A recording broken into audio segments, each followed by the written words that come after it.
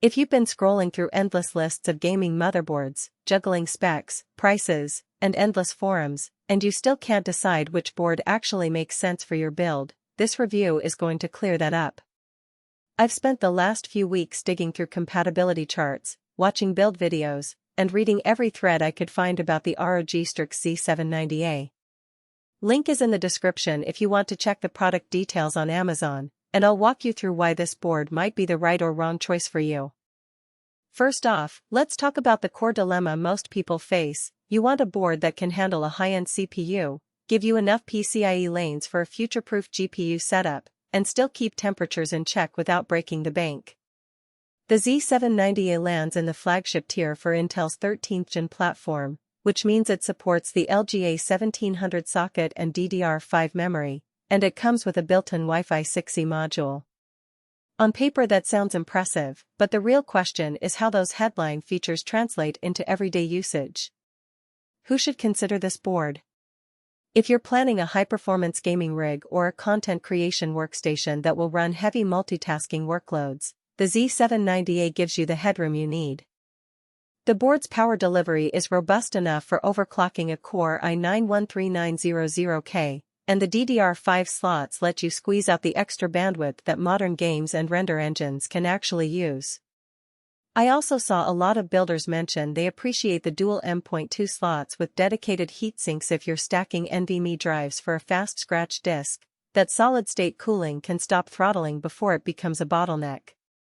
On the flip side, if you're a more modest gamer who's happy with an i5-13400F and 16GB of DDR4 RAM, you'll likely find the Z790 to be overkill. The board's price sits comfortably in the premium range, and you'll pay for features you may never tap like the advanced Wi-Fi 6E antenna array or the extra PCIe lanes you won't use because your GPU only needs a single X16 slot. In that scenario, dropping down to a Z690-based board or even a non-ROG Z790 model could save you a good chunk of cash without sacrificing real-world performance. Now, let's get into the practical strengths. The heatsink design on this model is one of the most talked about parts.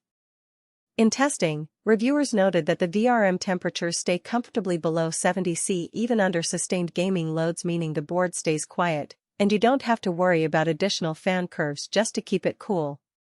That matters when you're gaming late into the night and you don't want your case to become a humming zoo. The integrated Wi-Fi 6E is another solid win. It's not just a marketing add-on, the module consistently hits gigabit speeds in real-world apartment setups, which is a relief if you can't run a cable to your desktop.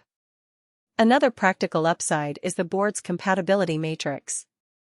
Because ASUS keeps the BIOS fairly up-to-date, you can swap out CPUs within the same socket family without needing a major firmware flash. That's a nice safety net if you decide to upgrade from a mid-range CPU to a top-tier one later down the line. Plus, the board ships with a decent set of I/O ports, USB-C on the rear panel, a few USB 3.2 Gen 2 Type-A connectors, and even a couple of 2.5 gigabits Ethernet ports for those who need that extra network headroom. But no product is without its drawbacks, and the Z790 does have a few practical weaknesses that show up once you start building. First, the ATX form factor means you need a case that can handle a fairly large PCB and the accompanying heatsinks. Some smaller mid-tower cases end up cramping the rear I/O panel, making cable management a pain. I saw a builder report that the placement of the BIOS flashback button, while convenient, sits awkwardly close to the PCIe slot, which can interfere when you try to install a large GPU bracket. It's not a deal-breaker, but it's something you need to plan for. Second, the DDR5 memory slots are spaced a bit wider apart than on older boards, which is great for airflow but can cause compatibility issues with taller RAM modules, especially when you pair them with a large CPU cooler. If you've already bought a set of premium heatsink RAM, double-check the clearance before you commit. Lastly, the board's BIOS interface, while feature-rich, can feel overwhelming if you're not used to tweaking settings.